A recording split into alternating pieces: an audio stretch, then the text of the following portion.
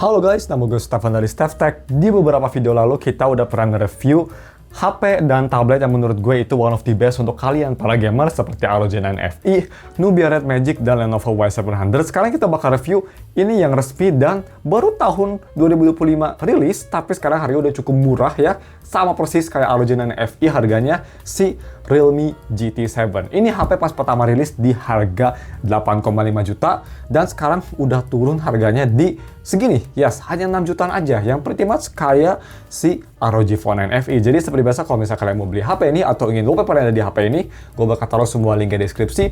Untuk spek sendiri gue bakal taruh di sini. Kalian bisa pause, tapi ya dia pretty much pakai MediaTek Dimensity 9400E, itu performa mirip kayak ADS Gen 4 ya. Terus dia pakai layar 6,7 inci, LTPO AMOLED 120Hz, IPS 4.0, dan juga ini salah satu yang paling bagusnya udah IP69.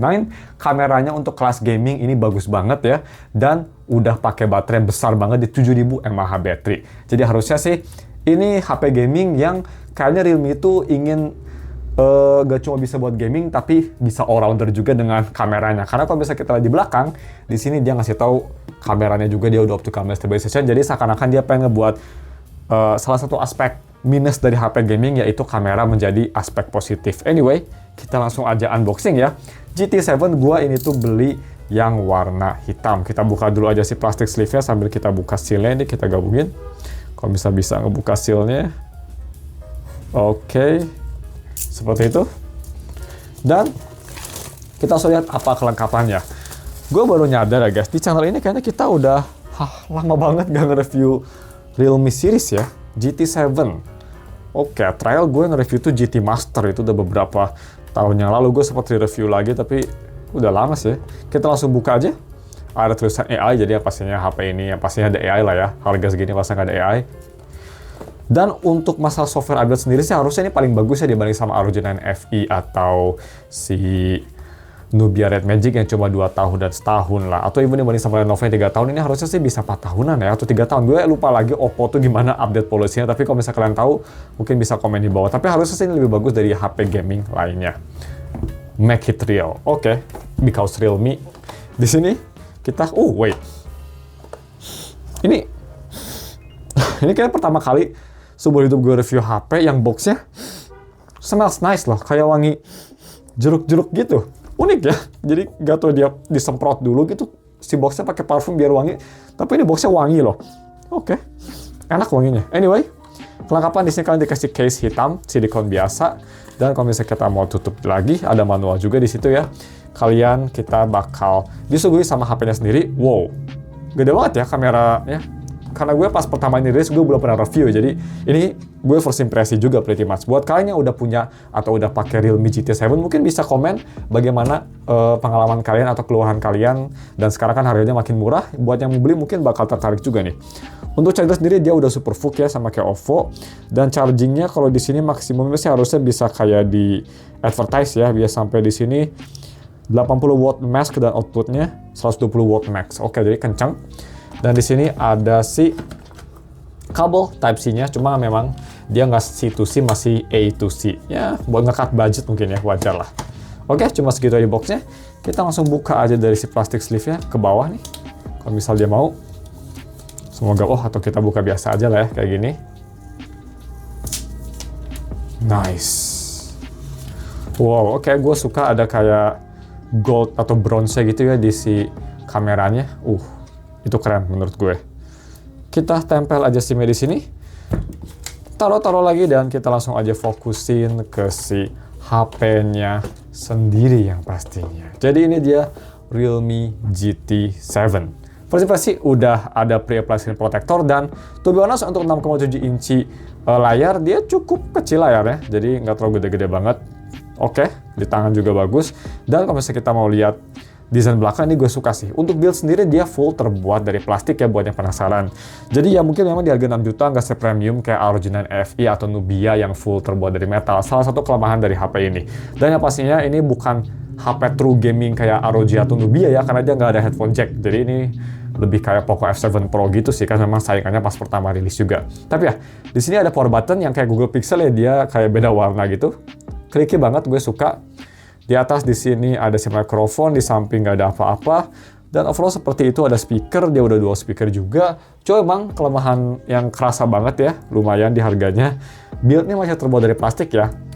Ya semoga kedepannya Realme GT8 dia ganti ke metal ya. Dan gak cuma GT8, semoga Realme nanti GT 80 juga yang versi lebih murahnya, semoga dia ganti ke metal juga sih. Kenapa? Karena banyak HP yang bukan banyak HP sih ya.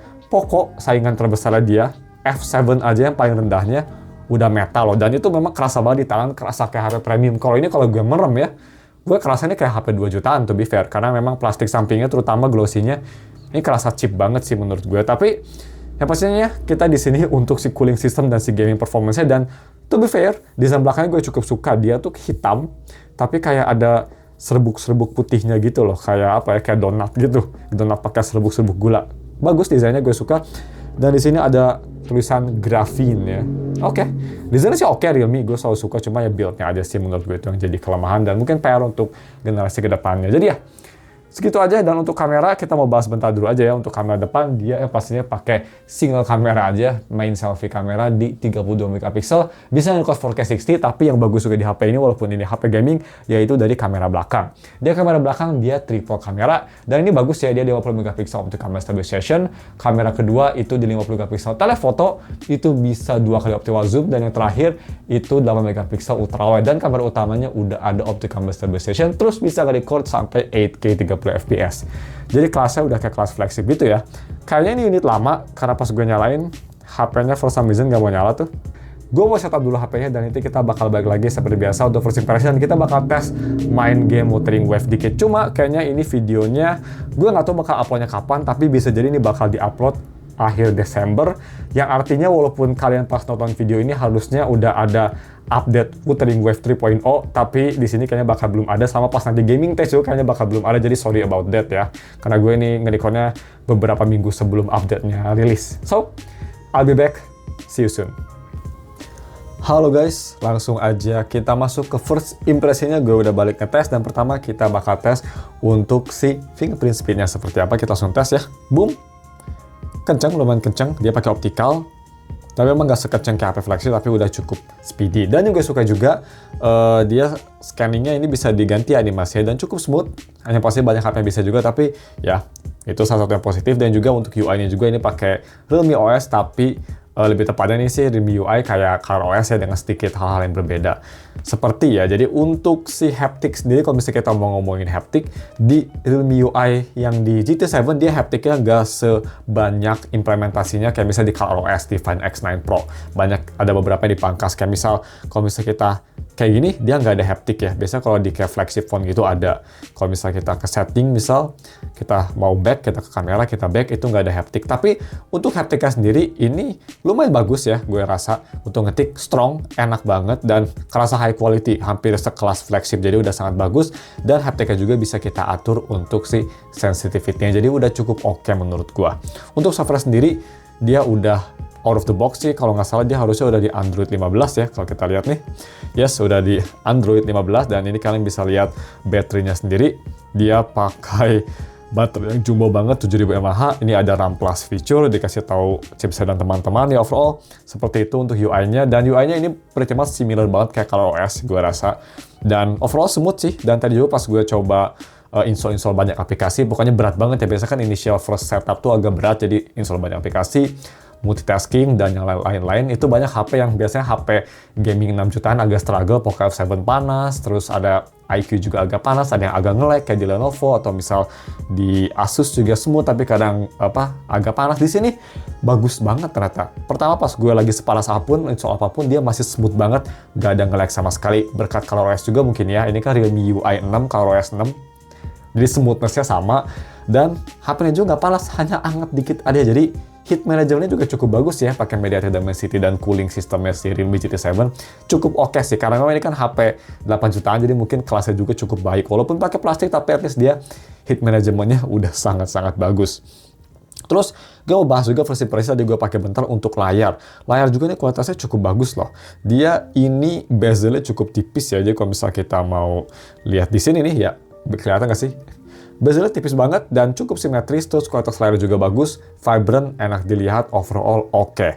Yang kurang bagus di HP ini karena dia Oppo, yang first impresi gue, ini pretty much Oppo Group, BBK Group ya, mau itu Oppo, Vivo, Realme, kelemahannya selalu di speaker. Speaker di sini memang menurut gue udah cukup bagus, tapi karena dia nggak tahu kenapa nggak mau partner sama Dolby Atmos atau audio brand lainnya kayak Bose atau JBL, sayangnya kurang oke untuk masalah quality. Jadi even kalau misalnya kita lihat ke sound and vibration, kita mau lihat si audionya ya, sound effect setting gitu, dia sama kayak di Oppo pretty much, dan kualitasnya gue bisa bilang bass-nya sangat lacking, vokalnya oke tapi di beberapa lagu agak terlalu nusuk, tapi overall sih at least dia cukup clear, cukup jernih, dan sound-nya cukup oke. Tapi ya kalau untuk HP kelas gaming sih, kalau misalnya mau dibandingin ya sama HP gaming di harga yang sama, dibanding sama iQOO masih lebih bagus inilah, karena ini kan dual speaker. Dibanding sama Poco F7, bagusan Poco F7. Dibanding sama ROG 9 FE, jauh beda kelas. Ini kayak sampah banget dibanding sama ROG 9 FE. So ya, kalau misalnya mau denger bentar ya, misalnya kita lihat shorts aja nih.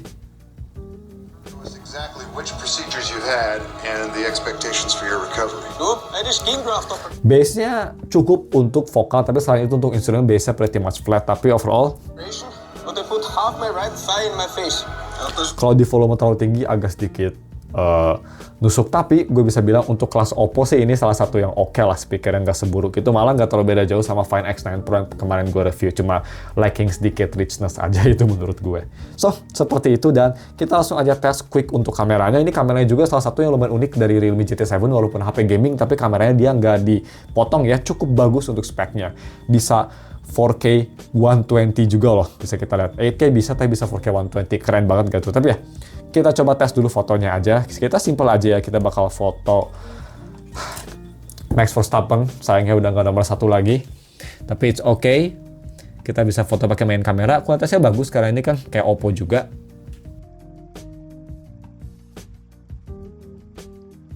Dan ultrawide-nya seperti ini.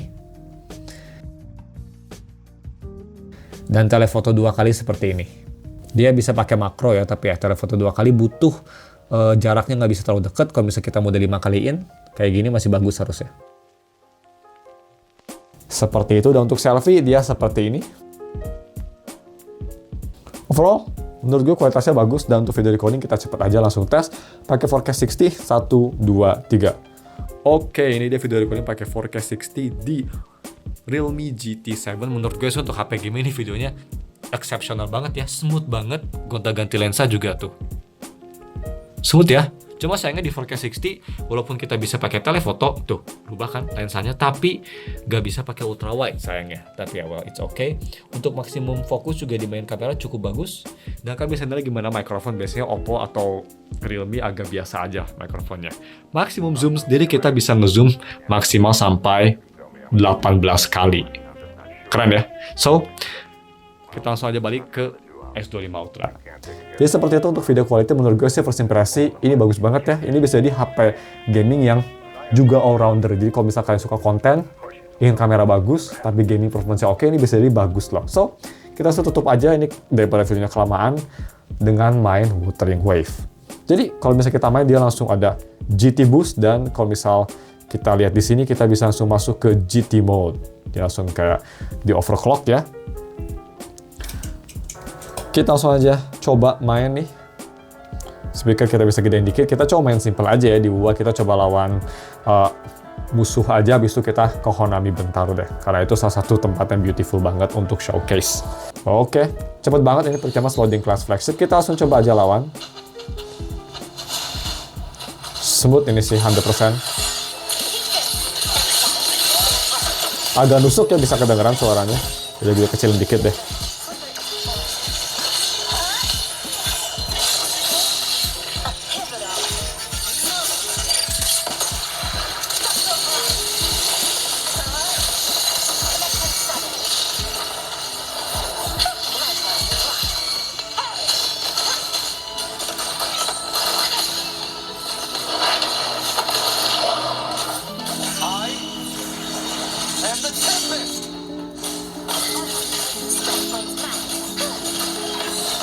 Ya, first impression gameplay sih ini smooth banget ya, so that's good.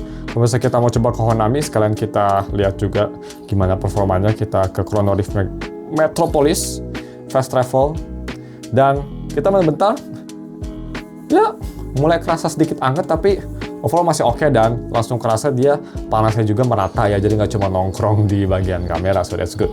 Honami malam-malam masih beautiful, sayangnya di mobile menurut gue Honami sih di max setting pun tetap nggak sebagus di PC ya, tapi ya ini udah max setting, still looking beautiful.